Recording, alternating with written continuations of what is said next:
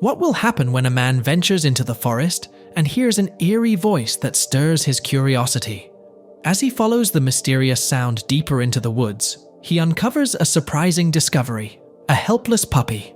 Little does he know, a visit to the vet will reveal an unforeseen twist in this tale. The story begins with Nolan, a passionate animal lover, setting out on yet another rescue mission.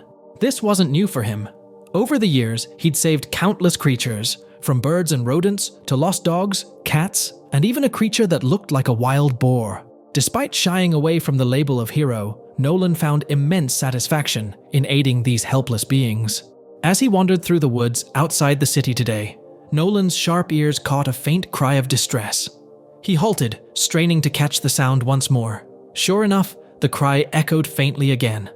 Determined, Nolan followed the noise with careful steps, concerned he might be venturing too far. Soon, the soft whimpering guided him to a cozy bed of moss. Nestled within was a tiny black puppy, so young its eyes hadn't fully opened yet. He carefully examined the small creature for injuries, but found none. However, the moss bed seemed out of place. It was not a natural feature of the forest floor. Nolan pondered if it could be a makeshift nest built by an animal, or perhaps left by a human. The question nagged at him: why would someone abandon a puppy in the woods?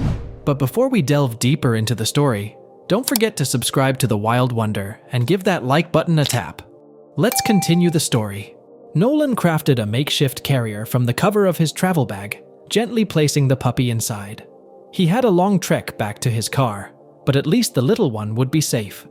As he walked, Nolan frequently checked on the pup. It was about to rain, and he didn't want the tiny creature to get wet or cold.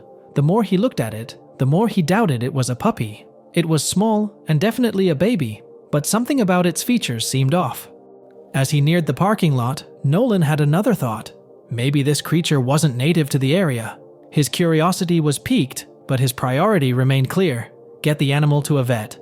However, when he reached the parking lot, his heart sank. The lot was completely empty.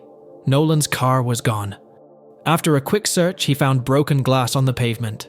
His car had been stolen. Luckily, he still had his phone with some battery left. He called the police to report the theft, providing them with all the necessary details. With no immediate help available, Nolan turned his attention back to the tiny creature. He needed to get to a vet, but without a car, his options were limited. Nolan tried to get an Uber, but no drivers were willing to come so far out of the city. Taxi services also refused, fearing it was a scam. Frustrated but undeterred, Nolan decided to hitchhike. After about 10 minutes, a car approached. A middle-aged woman stopped, and after hearing his story, agreed to give him a lift into the city. During the ride, her Labrador sniffed at the bundle in Nolan's arms and suddenly became aggressive. The woman quickly reprimanded her dog, but Nolan's suspicion grew. This was no ordinary puppy. Upon arriving at the vet, Nolan thanked the woman and checked in at the front desk. The receptionist, noticing the animal's condition, quickly ushered him in. As he waited, Nolan received a call from the police. They had found his car. The thief had been caught during a routine stop, and Nolan was relieved but still needed to sort out the details later. Suddenly, the vet appeared, looking urgent. Nolan hung up and followed him to the examination room. The vet explained that the animal was not a puppy, but a baby raccoon infected with a highly contagious and nearly fatal virus for smaller mammals. Nolan was shocked and regretted not recognizing the signs earlier. The vet reassured him that humans couldn't contract the virus, but strict precautions were necessary to prevent spreading it to other animals in the clinic.